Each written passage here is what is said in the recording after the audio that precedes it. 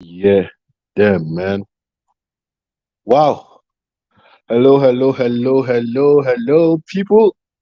Good evening. Good evening. Good evening. Good evening. Good evening to you wherever you are.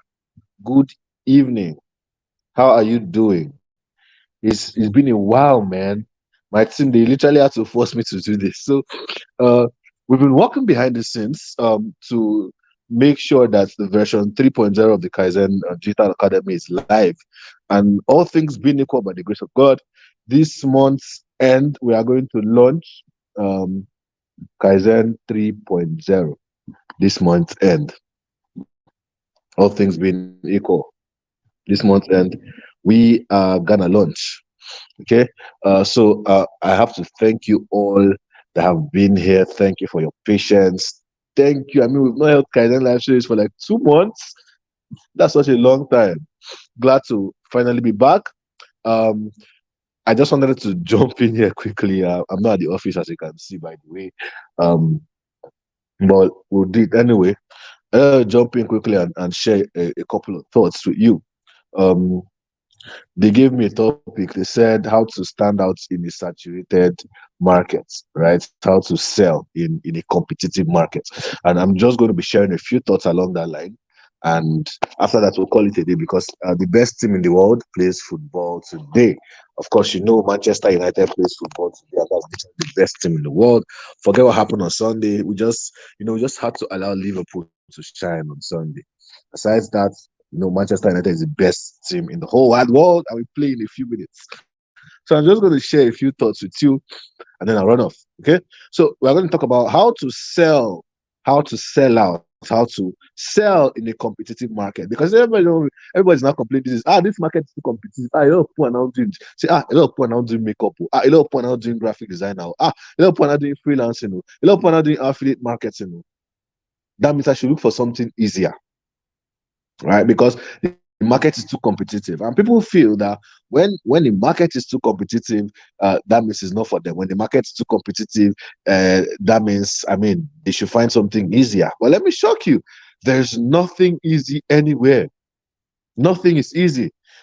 Nothing is easy. I was literally talking to one of my clients that came for a consultation at the office today, and we were talking. She said maybe my job is easier than her job. And she quickly corrected herself. She said, well, considering all the things you have to do, what you do is not easy at all. And yeah, I told her, nothing is easy. There's no easy job. There's no easy business. There's no easy hustle. Everything is hard. Everything is hard. Plus, if a niche is not competitive, if people are not, trying to get into a niche, it's probably not profitable. Okay, competition is proof that that niche is profitable. Competition is proof that there's a lot of money to go around. I can see Esther Chike here. Thank you for hopping in. Yeah, good evening.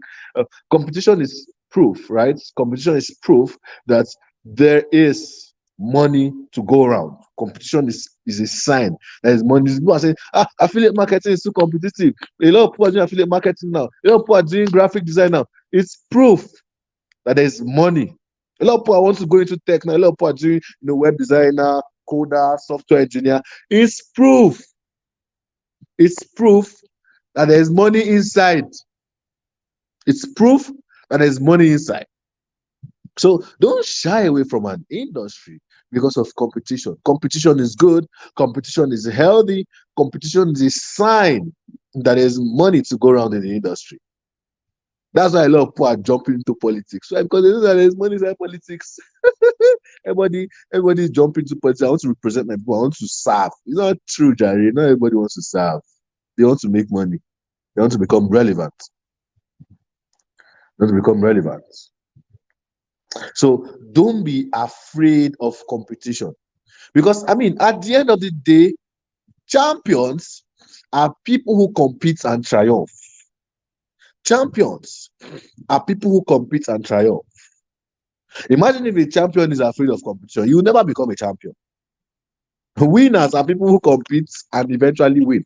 For example, 3 weeks ago, Manchester United just won the Carabao Cup, the best football club in the world, by the way. Right? And if We shied away from competition and say, this Carabao Cup is too competitive. Let's focus on another league or something. We'll not win it, right? We're en route to winning the Europa League, amen. And it's because there's competition. That is why there will be a winner. Winners are not scared of competition. Winners don't shy away from competition. Okay? Winners don't say, this place is too competitive. Winners compete to win. Winners compete to dominate. Okay? So that said, how do you make a lot of sales in a competitive market? How do you make a lot of sales in a competitive market?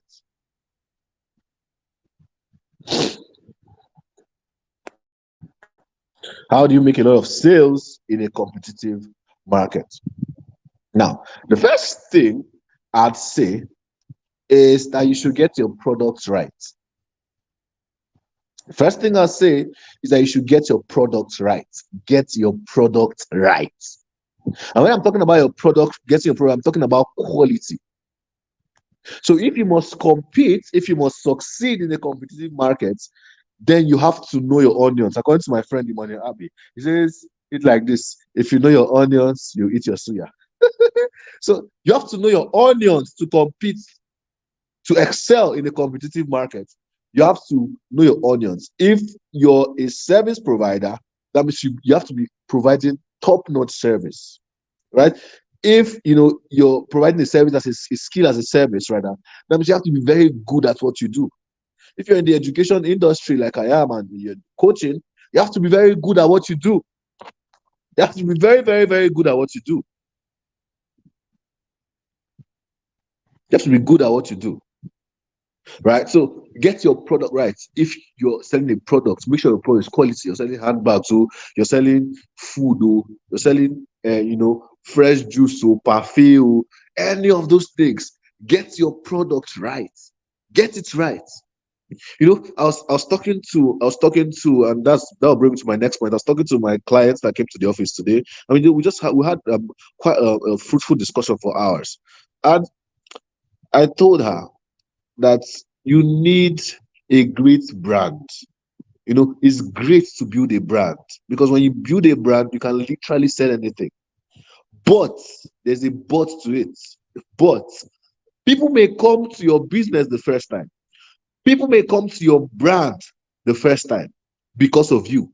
People may come to your new shop, patronize your new business the first time because of your brand, because they believe in you, because you have done your KLT over the years and all that. But people will only stay and keep doing business with you in that brand if and only if your product is quality. If and only if your product is quality. So you want to ensure that your product is top notch. You have gotten your product right. And that will usher me into the next point. The next point is to build your personal brand. Build your personal brand. Build your personal brand. Listen, guys. Listen. Excuse me. Excuse me. Listen. Nothing beats a personal brand. Nothing beats personal branding. Nothing. Literally nothing. Absolutely nothing beats your personal brand. I'll give you a quick example. I'm going to rush through my points. I'll give you a quick example. Let's use Elon Musk, for example. Elon Musk has built the Elon Musk brand. And because he has built the Elon Musk brand, he can literally sell anything using that brand. So, for example, the other day, last year, he did $1 million in 24 hours selling perfume. That's Elon Musk. Today, I've placed an order for Starlink. Over 450,000 naira I spent ordering Starlink. That's because I think if one random dude from Nigeria released, I would not spend that much money ordering it. But I bought Starlink because it's Elon Musk. It's that simple. People are buying Tesla because of the brand Elon has built. So you can literally sell anything. You can sell perfume, you can sell Starlink, you can sell Tesla. You can literally start another company tomorrow. I heard he's one of the founders of ChatGPT as well. You can literally start another company tomorrow. And people are going to patronize. Why? Because he has built the Elon Musk brand. So you want to invest in building your brand, in building your personal brand. It means you have to show up every day on social media, show up, create content, build your following, build your brand. That is how to win the competitive market. The first point is to what? Get your product right. The second point is to build your personal brand. The third point is to market intensively. So you want to intensify your marketing in a world where people are not doing enough marketing, but they are competing with you. You have to do plenty marketing. Intensify your marketing. Intensify your marketing. Okay, intensify your marketing. People are competing with you in the same industry, but they're only doing WhatsApp. People are competing with you in the same industry, but they're only doing organic market. Put money in ads. Okay, use influencers. Put money on Facebook, YouTube, Instagram ads, Twitter ads. Intensify your marketing. If you must excel, if you must succeed really in a competitive industry, in a competitive market, you have to, you have to intensify your marketing. I I have the privilege, of associating with a lot of top marketers, a lot of, in fact, let's use the affiliate marketing space, for example. I have a lot of inside info in the workings of the, top affiliates that do as much as 1.5 million naira per week in affiliate commissions, 2 million naira per week, and all that. And one secret, the secret is intense marketing. In fact, I was talking to because I'm running one underground project like that with one of the affiliate marketers. I was talking to his media buyer yesterday, and I was asking him, how much do people spend on ads per day? And he told me 70K. And on that point, I was spending like 20K. He told me 70K. He spent 70K per day. I said, how many leads does it generate? He told me. I'm like, oh, okay, I see where the magic is. So as he told me, immediately I increased my ad budget. I increased from 20K per day. I doubled my ad budget. Let me start from 40K first.